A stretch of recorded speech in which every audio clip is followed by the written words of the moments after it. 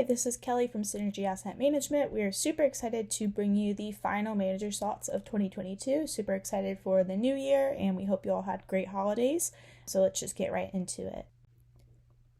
Alrighty, so just getting into a quick market update. Just want to talk about how the major indexes and yields have done so far this year, and just to close out this year actually. And so 2022 brought the S&P 500 down about just over 20%.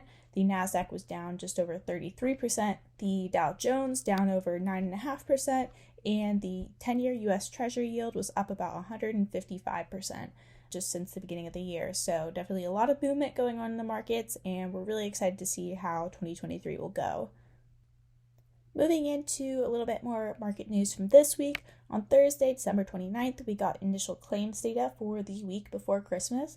It totaled about 225,000, which was both an uptick from expectations and also from the previous week. And so this was just one of the contributing factors to Thursday's market rally, which pulled up the S&P more than about 1.7%, which was also the largest one-day rally of the month. And so investors are just hopeful from this little glimpse of an uptick of unemployment, an uptick of initial claims data, that hopefully, the Fed might pull back on their really aggressive tightening position.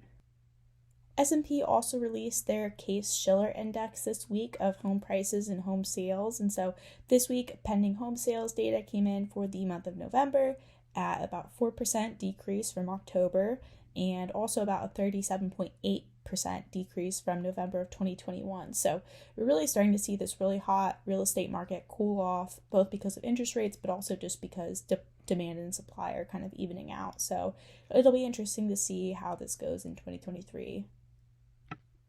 In addition to the pending home sales data, S&P also released their Case-Shiller home price index for the month of October. And so we saw home prices increase about 9.2% year over year in October. Although home prices are definitely still increasing, the rate of increase, as you can see in that chart there, at one point it was over 20% this year. Now we're below 10%, so definitely slowing down in home price inflation. And so, like I said earlier, it's largely because of interest rates and also just the overall cooling off of the market. So we kind of expect this trend to go into 2023, but it'll be really interesting to watch this trend continue. Alrighty, so I just wanted to review kind of an overall broader perspective of what did well in the S&P 500 and what sectors performed well and maybe why a little bit. As we know, it was a really difficult year for equity markets and fixed income markets overall, both asset classes being down just about double digits. And so what did outperform the market this year, though, was energy, utilities, and consumer staples. Just in terms of price returns, no dividends factored into this. Energy stocks were up about 56%. Utilities were down only 2%, not including the dividend. Consumer staples was also down about 3%.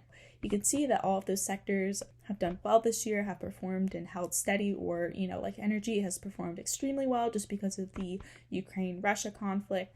Just wanted to note that and show you guys what we're watching, and definitely just how our position for next year will reflect on what's doing well and what's going to be doing well in the next year. One final trend we kind of saw in 2022 was the tilt towards more value stocks as well as equally weighted indexes. And so we saw the Russell 1000 down about 21% this year.